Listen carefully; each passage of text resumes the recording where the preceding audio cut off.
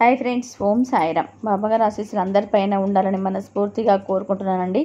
అందరూ కూడా సుఖంగా, సంతోషంగా, ఎప్పుడు కూడా ఆరోగ్యంగా, ఆనందంగా ఉండాలని చెప్పి ఆ బాబాగారి తరపున నేను కూడా మనస్ఫూర్తిగా కోరుకుంటున్నాను.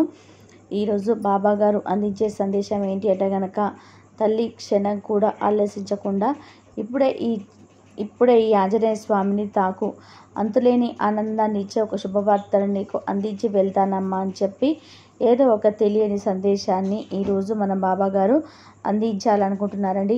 మరి సందేశం వినే ముందు అందరికీ కూడా శ్రీకృష్ణ అష్టమి శుభాకాంక్షలు. సందేశాన్ని వినడానికి వచ్చిన అందరికీ కూడా, ఎవరైతే బాబాగారు అంటే నమ్మకం ఉంటుందో వారందరికీ కూడా ఈ వీడియోకి ఒక చిన్న లైక్ ఇవ్వడం మాత్రం మర్చిపోకండి. కింద కామెంట్ సెక్షన్లో ఓం సాయిరామ్ అని చెప్పేసి టైప్ చేయండి. ఇక తల్లి, రేపు మంగళవారం, లాస్ట్ మంగళవారం కాబట్టి ఈ ఆంజనేయ స్వామిని తాకితే కనుక ఈ ఆంజనేయ స్వామి నీకు ఆనందపరిచే వెళ్తాడమ్మా. ఎన్నిసార్లు చెప్పినా కూడా అనవసరమైన వాటి గురించి, అనవసరమైన మనుషుల గురించి, ఉపయోగం లేని దాని గురించి తరచుగా ఆలోచిస్తూ నీ మనసునైతే పాడు చేసుకుంటున్న మాట వాస్తవమే కదా.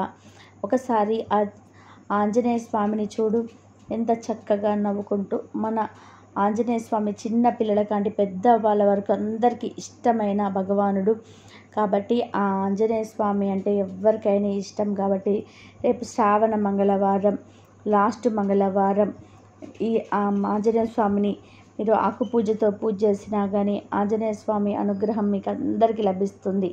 ఆంజనేయ స్వామి సింధూరం పెట్టుకున్న మీ కష్టాలన్నీ కూడా తీరిపోతాయి. ఎన్నో బాధలైనా సరే తీరిపోతాయి. ఏది కోరుకుంటే అది జరుగుతుంది.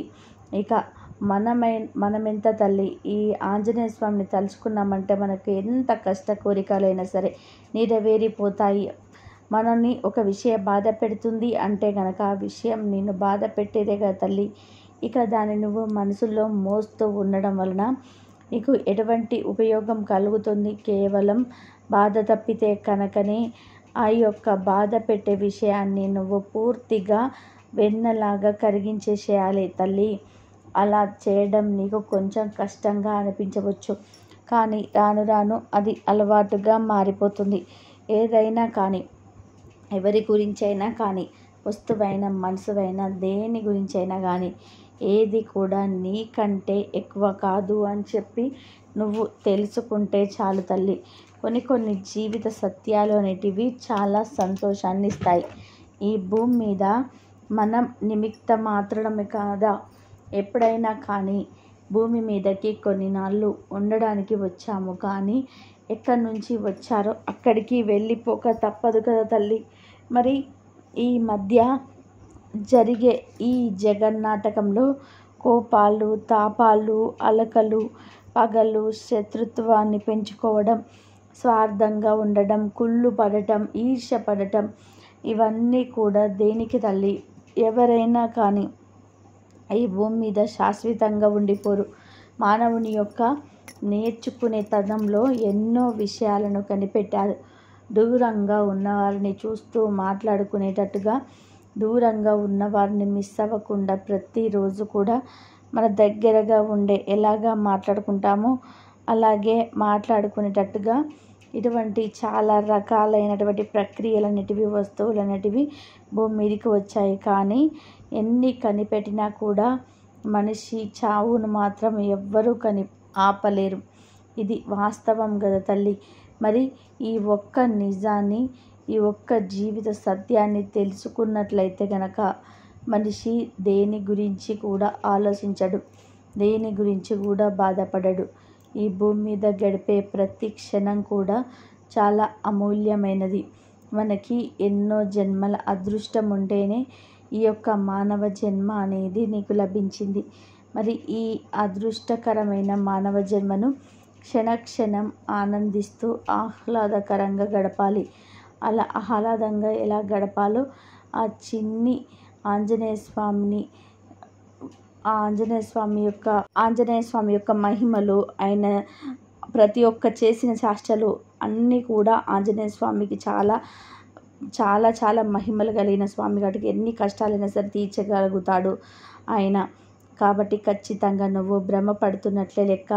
తల్లి, ఎవరు నీకు ఎంత విలువనిస్తున్నారు, ఎవరు నిన్ను ఎంతగా ప్రేమిస్తున్నారు, ఎవరు నిన్ను ఇంత ఇష్టపడుతున్నారు అనేది దాన్ని బట్టే కేవలం నువ్వు కూడా వారి పట్ల ప్రవర్తన అనేది ఉండాలి. ఈ భూమి మీద తల్లిదండ్రులను మించిన దైవాలు అనేది ఎవరైనా ఉన్నారా తల్లి? ఆలోచిస్తే నువ్వు వారి గురించే ఆలోచించు. ఎన్ని కష్టాలు పడ్డారమ్మా, ఎన్ని బాధలు పడ్డారో నిన్ను పెంచడానికి. నువ్వు నీ బిడ్డల్ని ఈరోజు కంటికి రెప్పలాగా నువ్వు చూసుకుంటున్నావు కదా. మరి నిన్ను కూడా వాళ్ళు పసిగా ఉన్నప్పుడు కంటికి రెప్పలా కాపాడుకుంటేనే కదా నువ్వు ఇంత పెరిగి పెద్ద అయ్యావు. మరి అంతగా ప్రేమను చూసుకున్న వాళ్ళ గురించి ఆలోచించకుండా నిన్ను స్వార్థంగా ప్రేమించే వాళ్ళ కోసం ఎందుకమ్మా ఇంతగా ఆలోచిస్తున్నావు? ఒకసారి ఆలోచించుకో. అసలు నీ యొక్క ఆ బాధలు అర్థం ఎంతుంది అని చెప్పి నువ్వు తెలుస్తుంది. తల్లి, ఎప్పుడైనా కానీ ఎవరైనా కానీ ఎవరు నిన్ను ప్రేమిస్తున్నారు, ఎవరు నిన్ను ఇష్టపడుతున్నారు అనేది నువ్వు గనక గ్రహించగలిగితే ఇక నీకు ఈ జీవితంలో బాధలు అనేటివే ఉండవు అని చెప్పి గమనించుకో. తల్లిదండ్రులను మించిన దైవం మరొకరు ఉండరు తల్లి. రోజు కనీసం వారితో కొద్దిసేపు మాట్లాడు. వాళ్ళ బాధలేంటో తెలుసుకో. వారు చేస్తున్న ఆ పనుల గురించి నువ్వు కొంచెం వారిని పొగుడు. వారు నిన్ను నమ్ముకొని ఈ భూమి మీద సంతోషంగా ఉండాలనుకుంటున్నారు. కానీ నీ పలకరింపే వారికి చాలా ఇదిగా ఎప్పుడు మా అమ్మాయి ఫోన్ చేస్తుందా, ఎప్పుడు మా అబ్బాయి ఫోన్ చేస్తాడా అని చెప్పి ఎదురు చూస్తూ ఆ వృద్ధాప్యంలో ఉన్న వారికి ఎంత క్షోభను కలిగిస్తున్నావో తెలుసా. కానీ నువ్వు ఇంత పనిలో ఉన్నావా అంటే అది కూడా లేదు కదా తల్లి. లేనిపోని ఆలోచనలు పెట్టుకొని మనసును పాడు చేసుకుంటూ, ఇంటిని పాడు చేసుకుంటూ, రోజు రోజుకి కూడా సమయాన్ని వృధా చేసుకుంటూ ఏదో ఒక మాయలో పడి బాధపడుతున్నావు. ఇదంతా కూడా నీకు అవసరమా చెప్పు? ఒకసారి ఆలోచించు. ఎందుకు నేను ఇదంతా చెప్తున్నానా అని చెప్పి నీకు అర్థమవుతుంది. కనుక సంతోషంగా ఉండే ప్రయత్నం చెయ్యి, ఆనందంగా ఉండే ప్రయత్నం చెయ్యి.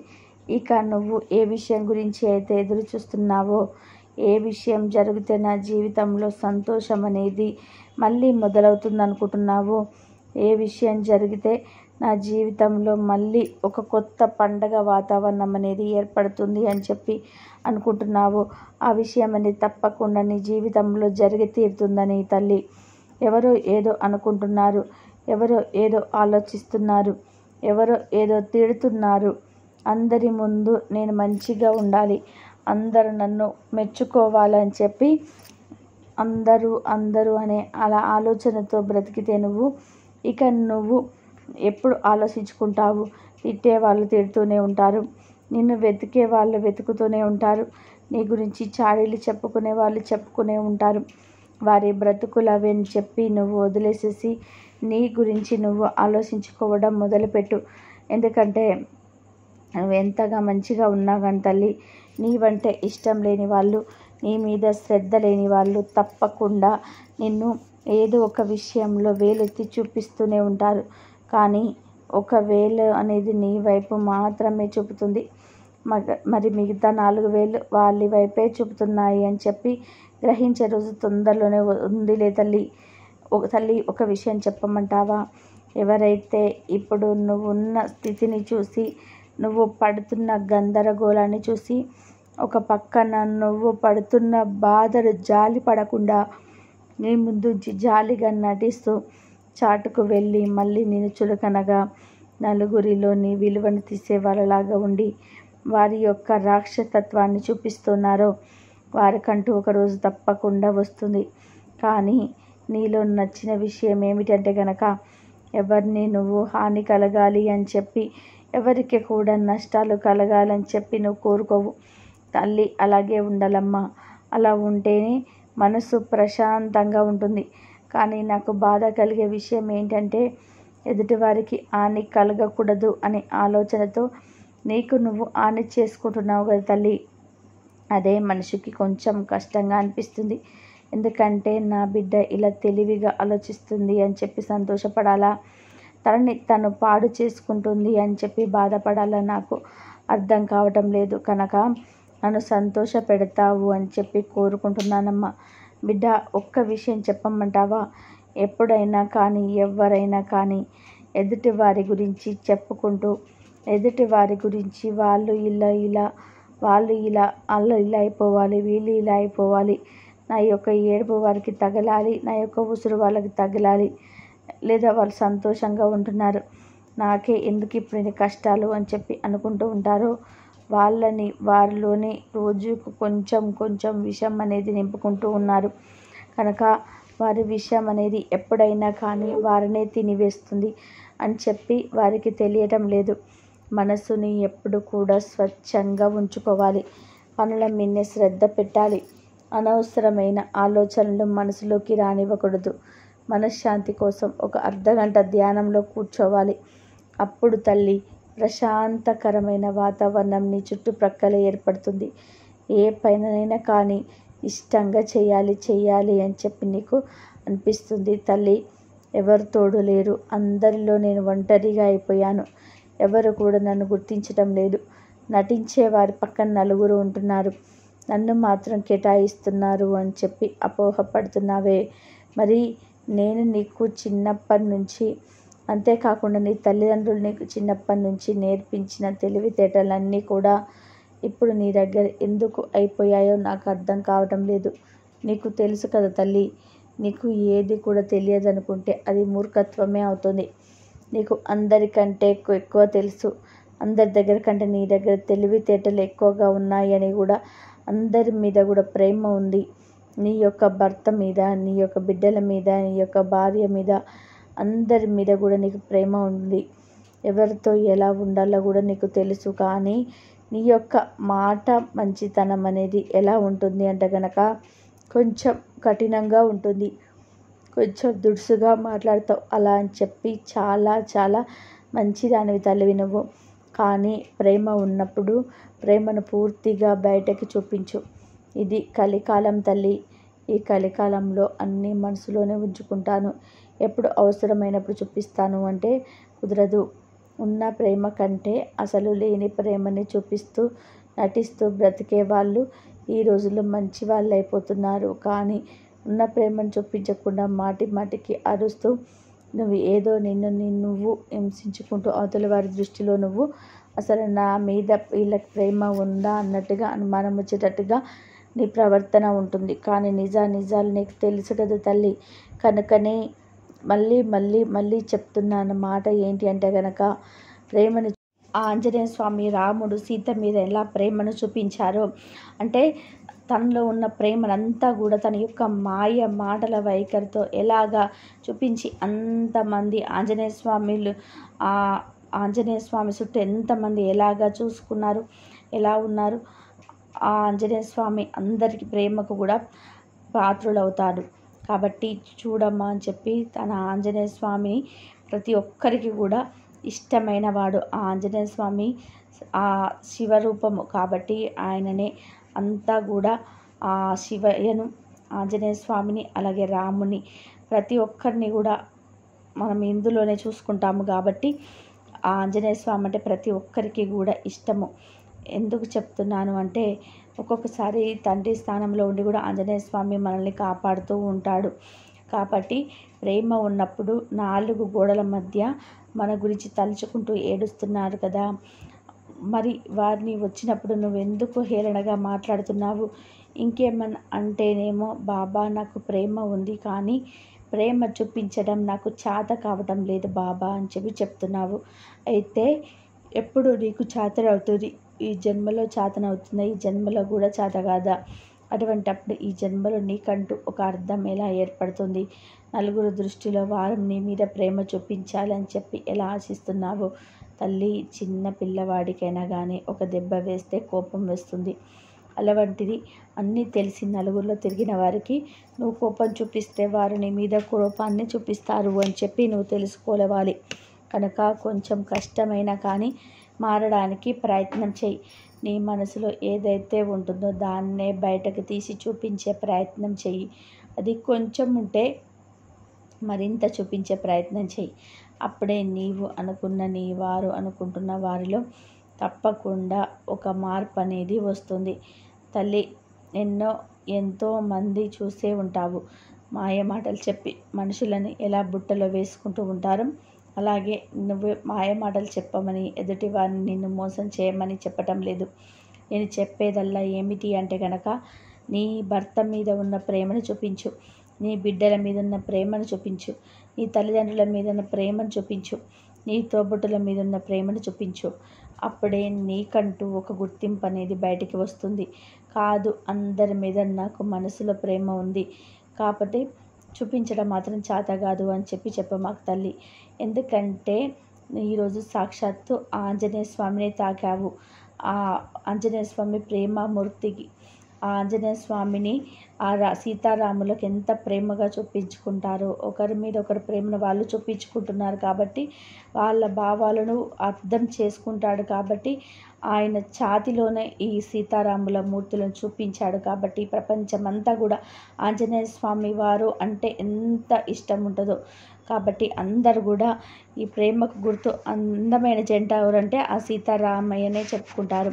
అలాగే ఆంజనేయ స్వామి కూడా ఈ రామయ్య సీతమ్మ స్వామి అంటేనే ఇష్టము. కాబట్టి నువ్వు అనుకుంటున్న శుభవార్తలన్నీ వినాలనుకుంటే, ఈ జీవితంలో గొప్ప గొప్ప మార్పులు జరగాలి అనుకుంటే ఉన్న ప్రేమను బయటకి తీయి అని చెప్తాడు తల్లి. ఇప్పటికైనా కానీ నువ్వు నా మాట వినే ప్రయత్నం చెయ్యి. నేను చెప్పినట్టుగా జీవితంలో ప్రతి అడుగు కూడా వేసే ప్రయత్నం చెయ్యి. ప్రతి దాంట్లో కూడా తెలివితేటలు బయటకు చూపించే ప్రయత్నం చెయ్యి. ఎవరి యొక్క మోసాలలో నువ్వు పడిపోవద్దు. ఎవరి యొక్క మాయల మాటల ఉచ్చులో పడిపోవద్దు. అందరి యొక్క మనస్తత్వాలు ఇప్పటికే కాసి వడపోచావు. కానీ వాటిలో మళ్ళీ పడిపోతూ ఉంటే ఒక చేప వలలో చిక్కుకున్నప్పుడు ఎలాగ కొట్టుకుంటుందో, దాని పరిస్థితి ఎలా ఉంటుందో అలాగే నీ పరిస్థితి కూడా తయారవుతుంది. అలా ఎవరికి చెప్పకూడదు అని చెప్పే ఉద్దేశంతో నేను నీకు ఒక తండ్రిగా ఇన్ని మాటలు చెప్తున్నాను తల్లి. ఇప్పటికైనా కానీ కాస్త మేలుకొనే ప్రయత్నాన్ని చెయ్యి. ఇప్పటికైనా కానీ నీకంటూ ఒక మెచ్యూరిటీ పెరిగిందని గుర్తుంచుకో. నువ్వు ఇంకా అమ్మ చాటు బిడ్డవు, నాన్న చాటు బిడ్డవు కాదు. నీ చాటు పెరిగే బిడ్డల కోసం తప్పకుండా నువ్వు తెలివిని ప్రదర్శించాలి. ఇప్పటికీ కూడా ఏమీ తెలియనట్టుగా నువ్వు అమాయకంగా ఉంటే నిన్ను ఏ కాడికి కూడా తొక్కేస్తూ ఉంటూనే ఉంటారు. తల్లి, కాస్త తెలివితేటలను చూపించి నలుగురిలో గొప్ప గుర్తింపును తెచ్చుకోనే ప్రయత్నం చెయ్యి.